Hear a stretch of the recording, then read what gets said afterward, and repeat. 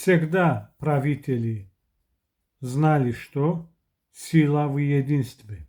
И всегда они знали, что один поле не воин.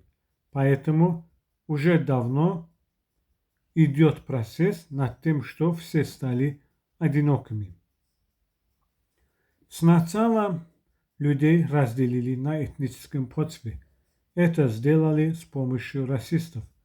Потом начался процесс урбанизации. Люди из сел переселились в города. И там им подарили транспортный коллапс, вечные пробки. Это для того, чтобы люди, братья, сестры, родственники, друзья не видели друг друга.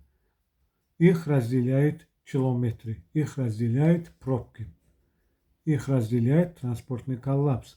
Потом появились телевизор, интернет, умные телефоны. Весь процесс идет на того, что все стали одинокими. Нас ждет одиночество и компьютерные игры и антидепрессанты. Вот так. Пока.